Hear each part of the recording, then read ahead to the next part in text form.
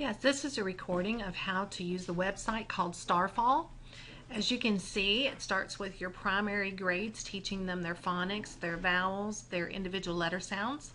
As they move into the primary years, probably kindergarten, first grade, they're learning how to read and put together diphthongs and digraphs. Also, as you move on along, it just gradually gets a little bit a higher level as far as the lexile. And I'm a third grade teacher, so I'm interested to the point where they're actually reading plays, nonfiction, comics, and more. So I'm going to click into this and I'm going to show you some things that I found today that will benefit me in the next coming weeks as we cover the Common Core Standard reading literature, and it's 3.2, and it has to do with them learning the difference between folk tales, fables, and myths, and the sequence of events for the plot, as well as tell the main lesson or moral of the story.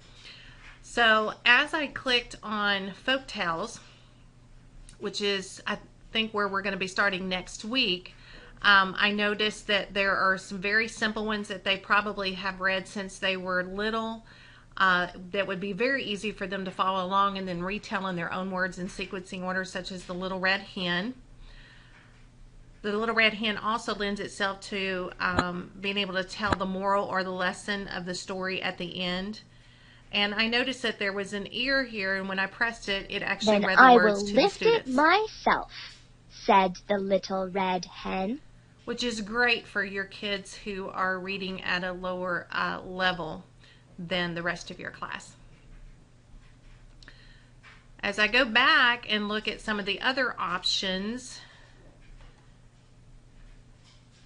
I went under Greek myths, and again the kids are expected to be able to tell sequencing order and the central message.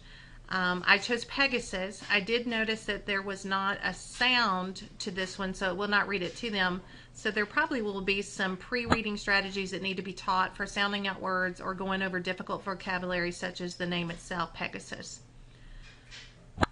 Again, it lends itself to very easy retell. And again, the central message of the story is easy for them to follow at their level. One of the last things that I went under was the Chinese fables. One of the elements of this reading literature 3.2 in Common Core is that they read things that are in other cultures. So I thought this was awesome that it was in Chinese as far as where it originated. There was two written about dragons, which I thought would be great for compare and contrast. This one had to do with drawing a dragon, and it was a step-by-step process of this fable, and it lended itself really well to tell the moral of the story. And again, it has the ears so that it can actually be read to them, which I thought was great. But where are their eyes? They asked. And then the second story, one reason why it's good that they read it to them on these particular stories is the names are so unusual. This one in particular, again, you would have to go over the sound of the name before they begin reading.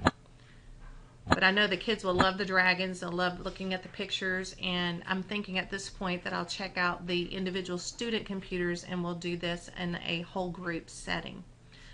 There are other things available on this particular site.